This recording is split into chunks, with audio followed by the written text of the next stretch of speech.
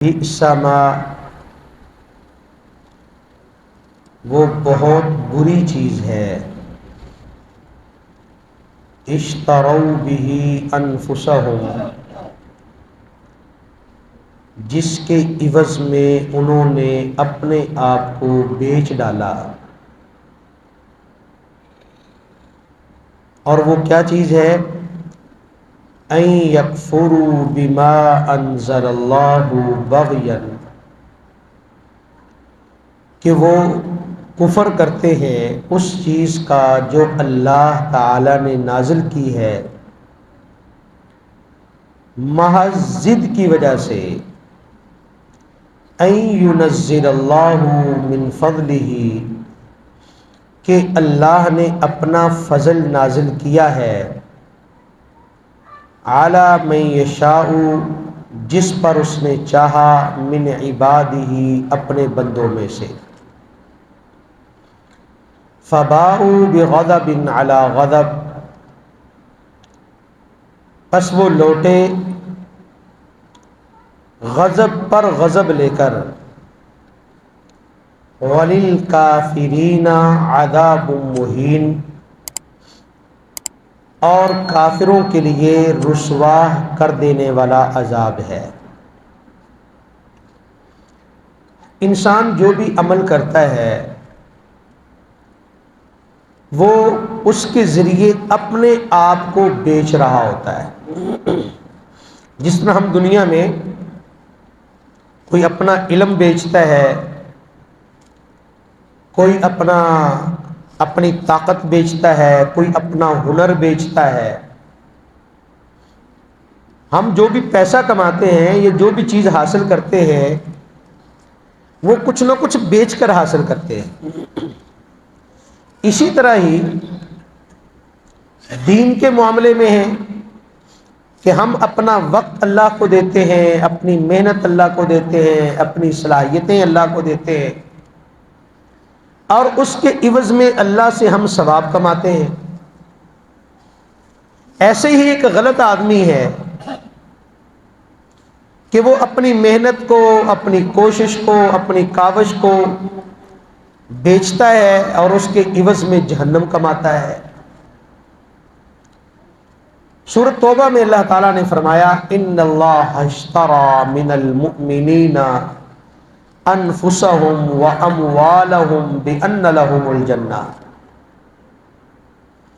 کہ اللہ تعالیٰ نے مومنوں سے ان کے مال بھی خرید لیے اور ان کی جانیں بھی خرید لیں، اور اس کے عوض میں ان کے لیے جنت ہے۔ یعنی مومنوں کو جنت دے دی، کس کے عوض میں؟ ان کی جانوں اور ان کے مالوں کے عوض میں۔ تو یہودیوں نے بھی اپنا آپ بیچا، کس چیز کے عوض میں اور کیا حاصل کیا؟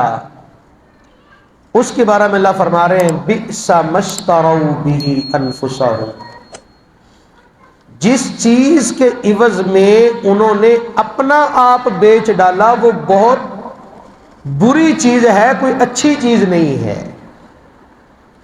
اور وہ بری چیز کیا ہے؟ ان یکفروا بما انزل اللہ، کہ اللہ نے جو تعلیمات نازل کی ہیں اس کا وہ انکار کرتے ہیں۔ تو کفر پر بھی محنت کرنی پڑتی ہے، مخالفت میں بھی بڑی محنت کرنی پڑتی ہے، گناہ کمانے کے لیے بھی محنت کرنی پڑتی ہے۔ تو یہ علم ہونے کے باوجود یہ انکار کیوں کر رہے ہیں؟ اس کے خلاف ان کو کوئی دلیل مل گئی ہے؟ نہیں، دلیل نہیں مل گئی، صرف اتنی بات ہے بغین، بغاوت، سرکشی، مقابلہ بازی۔ اللہ تعالیٰ نے اہل علم کی مخالفت کا جہاں پر بھی تذکرہ کیا ہے وہاں پر یہی لفظ استعمال کیا ہے بغیت۔ علماء کی مخالفتیں یہ جماعتوں کی مخالفتیں، یہ دیندار لوگوں کی مخالفتیں، یہ وہ دلیل کی بنیاد پر کم ہوتی ہیں، بغاوت کی بنیاد پر زیادہ ہوتی ہیں، حسد کی بنیاد پر ہوتی ہیں۔ وہ آگے نہ بڑھ جائے، اس کی مسجد بڑی ہے، اس کا مدرسہ بڑا ہے، اس نے مقام حاصل کر لیا، اس نے یہ حاصل کر لیا، میں اس سے پیچھے رہ گیا، تھا تو میرا کلاس فیلو لیکن مجھ سے آگے نکل گیا، تھا تو مجھ سے جونیئر لیکن مجھ سے آگے نکل گیا۔ تو بغین، یہ بغاوت، یہ سرکشی، اور یہودی نبی صلی اللہ علیہ وسلم کی مخالفت جو کر رہے تھے وہ اسی سرکشی اور بغاوت کا نتیجہ تھا، اسی حسد اور بغض کا نتیجہ تھا کہ ہمارا خاندان، ہم نبیوں کی اولاد، اور اب نبوت چھن کے دوسرے خاندان میں چلی گئی، یہ ایسا کیوں ہو گیا ہے؟ تو اللہ تعالیٰ نے اس پر ایک بڑی زبردست دلیل دی کہ ان کو اصل میں حسد اور بغض اس بات پر ہے ان ينزل اللہ من فضلہ علی من یشاء من عبادہ، کہ اللہ اپنے بندوں پر جس پر چاہتا ہے فضل کرتا ہے۔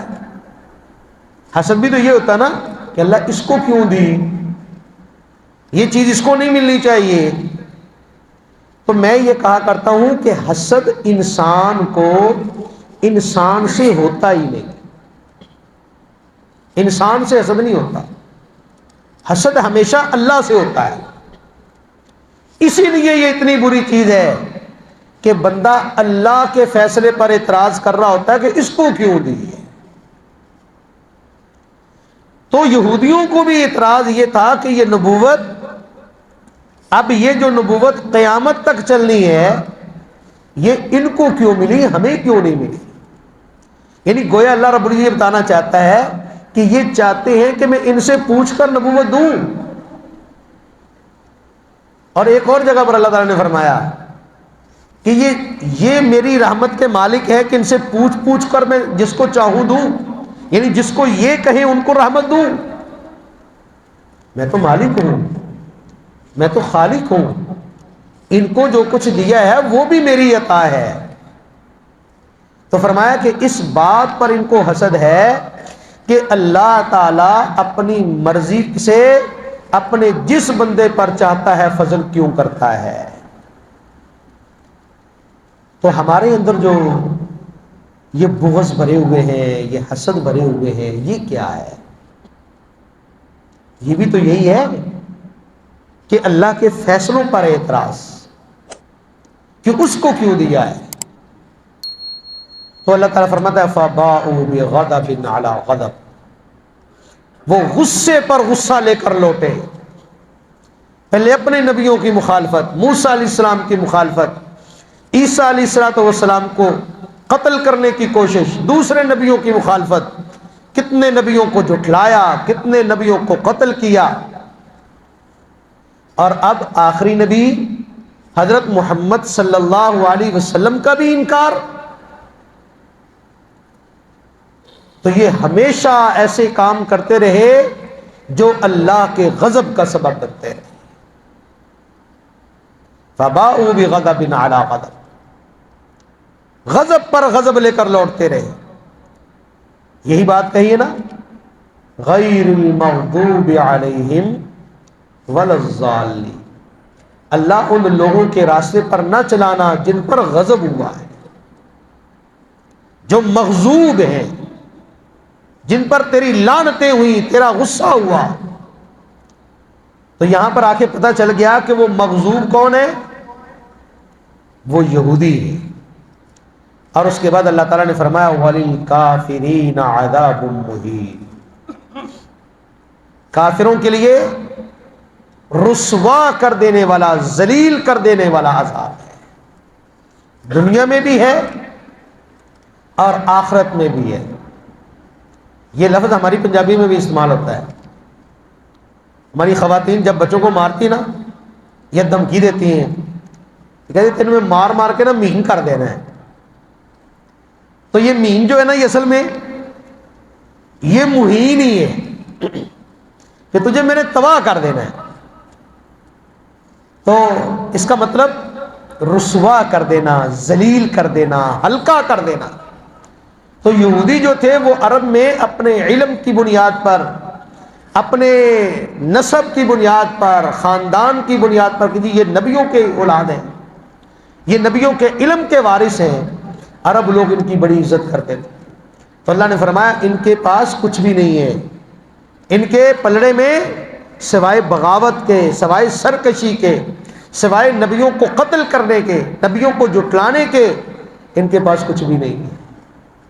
یہ ذلیل لوگ ہیں، عزت والے تھے لیکن اپنے کاموں کی وجہ سے اللہ رب العزت نے ان کے کاموں کی وجہ سے ان کو ذلیل کر کے رکھ دیا ہے۔ تو اس لیے ہمیں اس طرح کے بغض سے، اس طرح کے حسد سے بچنا چاہیے، اس لیے کہ حاسد بندہ جو ہے وہ کبھی بھی عزت نہیں پاتا، وہ کبھی عزت نہیں پاتا۔ تو اس لیے حسد سے اپنے آپ کو بچائیے۔ السلام علیکم ورحمۃ اللہ وبرکاتہ۔